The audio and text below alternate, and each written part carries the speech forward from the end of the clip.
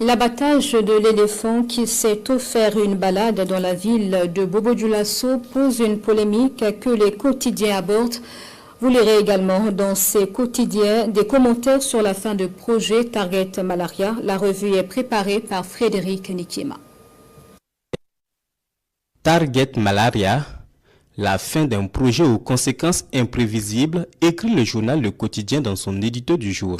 Selon le journal, ce projet lancé en 2012 et principalement financé par des fondations étrangères visait à modifier génétiquement des moustiques mâles pour les rendre stériles.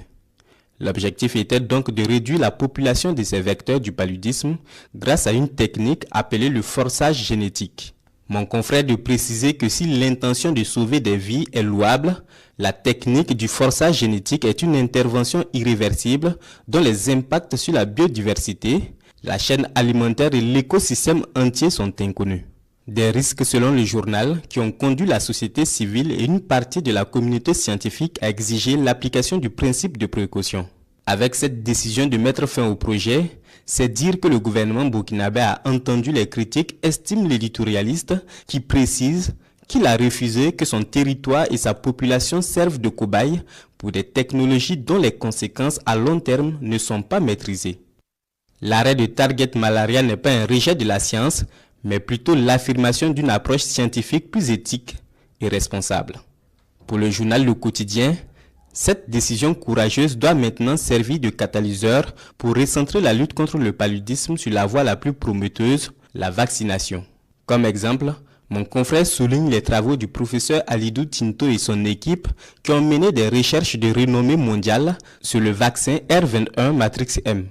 Il faut massivement investir dans la production et la distribution du vaccin développé à Nanoro, car selon le journal, cette approche est la véritable bataille pour gagner le combat contre le paludisme.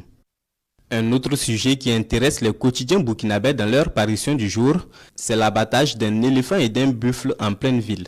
Selon le quotidien bobolais, les raisons qui ont justifié l'abattage de cet éléphant dans la ville de Sia, c'est que l'animal s'est montré agressif et du coup, pouvait constituer un danger pour les populations et leurs biens.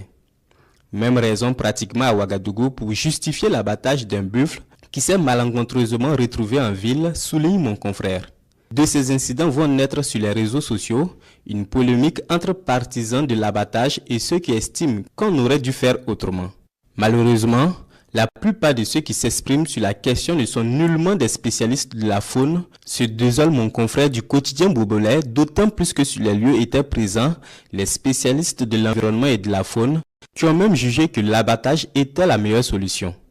Seront-ils pas les mêmes qui auraient crié au scandale si on avait laissé les deux animaux faire des dégâts et blesser des citoyens, se questionne l'éditorialiste qui indique que pire encore, certains n'ont pas hésité à faire la relation entre la Côte d'Ivoire, l'éléphant, le Bénin, le buffle et le Burkina Faso qui entretiennent des relations peu cordiales au sommet. Ce qui paraît assez grave, estime ce canard. Chacun est compétent dans un domaine, faisons donc l'effort d'amener les populations à avoir confiance en ce que nous faisons. Car la confiance réciproque est une valeur essentielle pour la cohésion sociale, la paix et la sécurité, conclut mon confrère de l'Express du Faso.